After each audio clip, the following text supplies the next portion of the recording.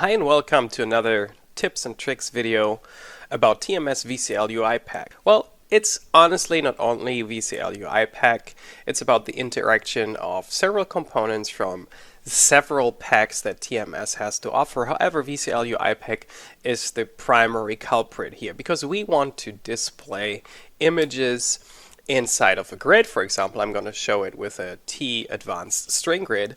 However, very often nowadays we only have the URL of the image. We don't have the image on the hard disk. We don't have the image inside of a resource of the exe file. No, we just have a URL.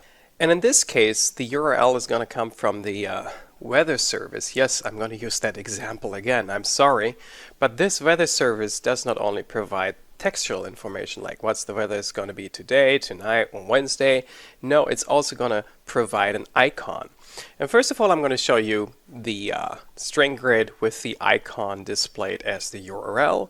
And then we're going to work out how we can make it happen that this icon is actually going to be an icon. It's going to be an image, and how we're going to load the image.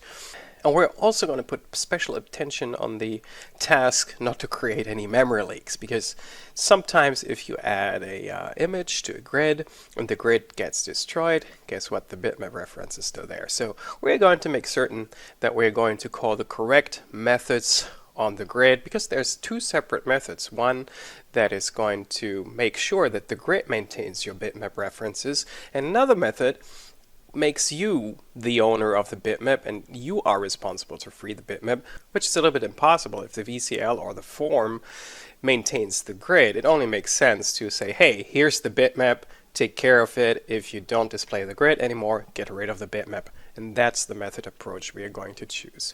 Just as a side note, there's also a video available how you can sync this grid with this chart underneath, and there's yet another video that shows how to word wrap your text like this inside of a TAdvanced memo control. So this is the example running in the Delphi IDE, and I added another column to the grid, and this column actually shows the URL of the image that is being displayed here. So you see that the web service that we use to retrieve the weather report gives us a complete URL, even HTTPS, and there is some kind of configuration in there about the size of the bitmap and all that kind of stuff. I'm pretty sure we could even make changes to that if we wanted to. However, we take the image as is.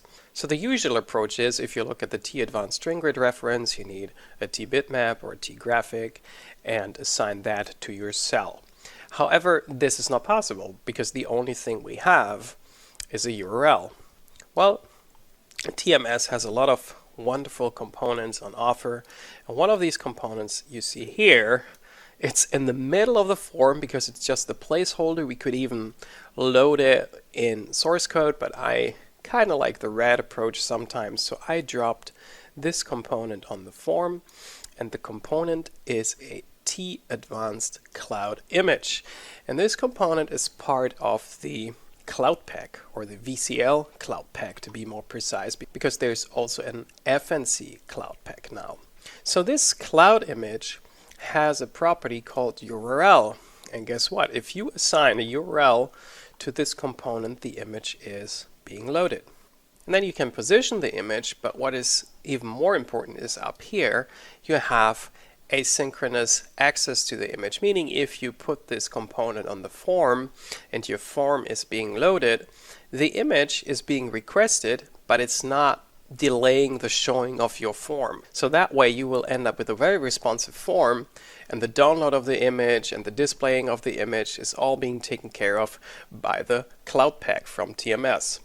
Just one thing to point out, just like any other visual component, if you change its size, it has a height and a width. And that's a little bit tricky because this is not the height and width of the image that's being displayed inside.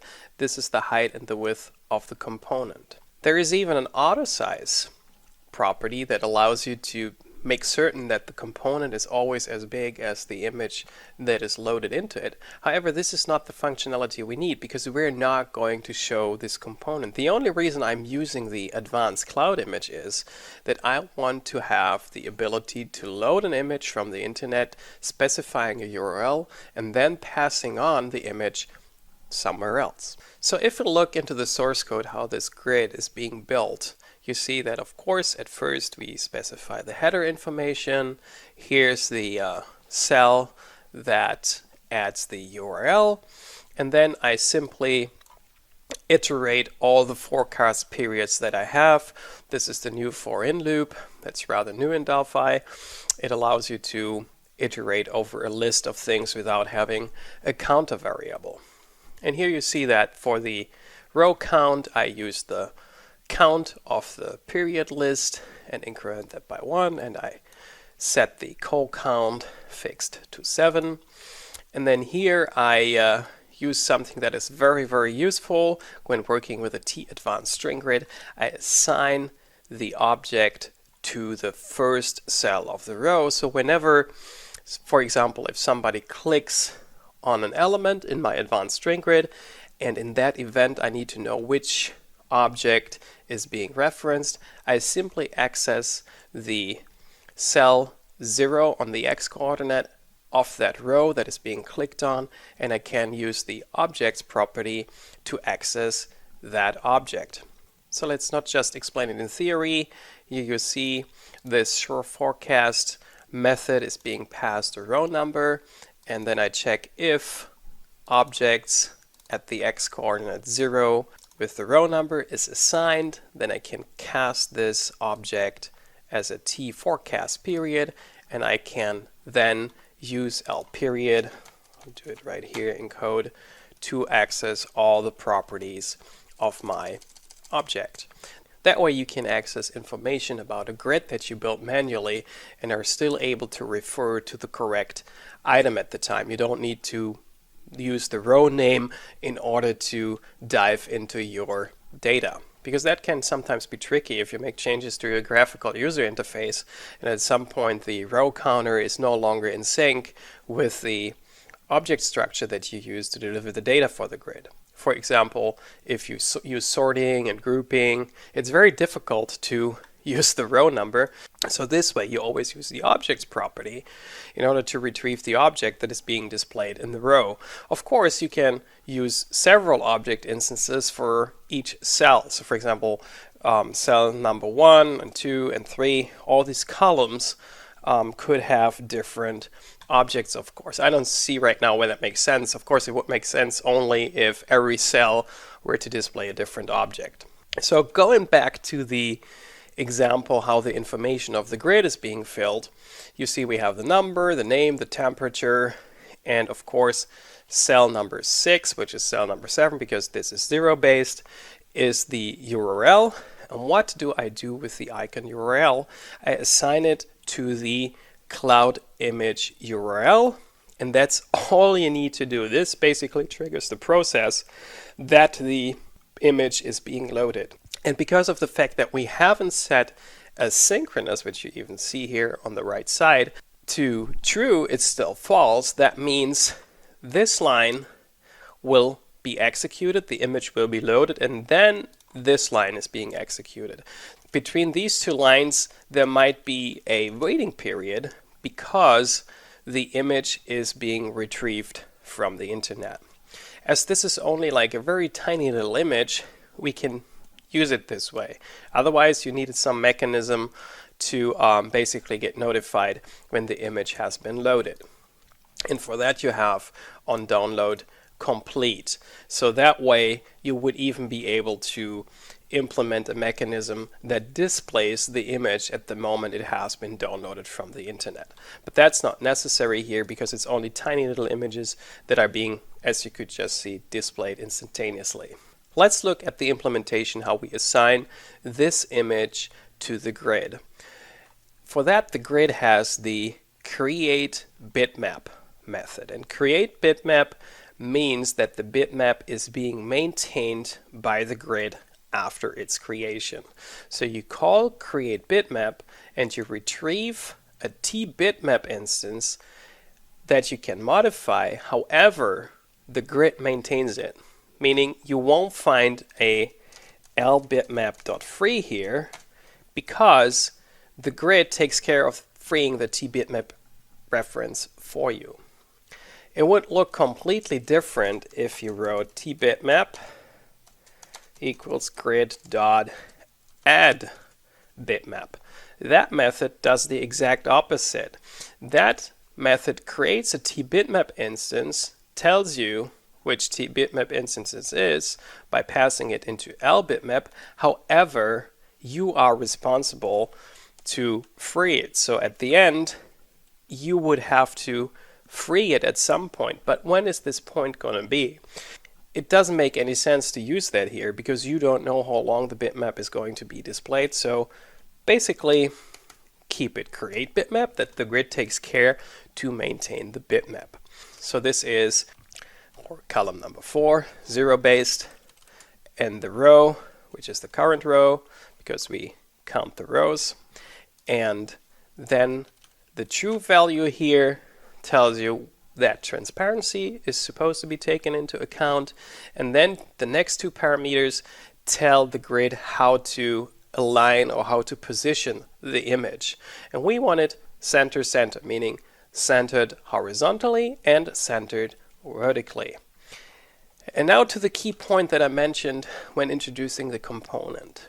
The height and the width of the bitmap is not the height and the width of the component, which I'm going to show you first. It's going to be the height and the width of the image loaded inside the component. This is pretty big right now, which should show the effect that I want to show you. And then we have to transfer the image from the cloud image to the bitmap reference. So our bitmap reference is exactly as wide and high as the cloud image, and then we simply draw on the canvas of the created empty image. And what do we draw on that canvas? Of course, the image that has been loaded inside of the cloud image. So the cloud image has a property web picture, which is a reference to the picture that has been loaded from the web. So let's show you the incorrect version first. Here we go. And you see that this is the complete size of the cloud image component. And you see that our image only takes up this little space and it's way oversized. Also note that our algorithm that fills the grid takes the height into account nicely. I'm going to show you those lines right now that auto-size the height and the width of each column. So let's make the changes that the image height and image width is proper. So we add here web picture because we want to use the height of the actual picture that has been loaded, and the same for the width, like this. And then note this here, we say that all the columns are sized according to their content. We also want to size the fixed columns, and we do the same for the height of the rows, also the fixed rows. This gives also a padding value of 1 so that each row is separated nicely. So let's run this again. We select a position. That's another video how you get this longitude and latitude. And here we get the form with the temperatures and with the images, and now once again aligned and formatted nicely. So this is how easy and comfortable it is to load images using the URL with TMS VCL UI Pack and TMS VCL Cloud Pack.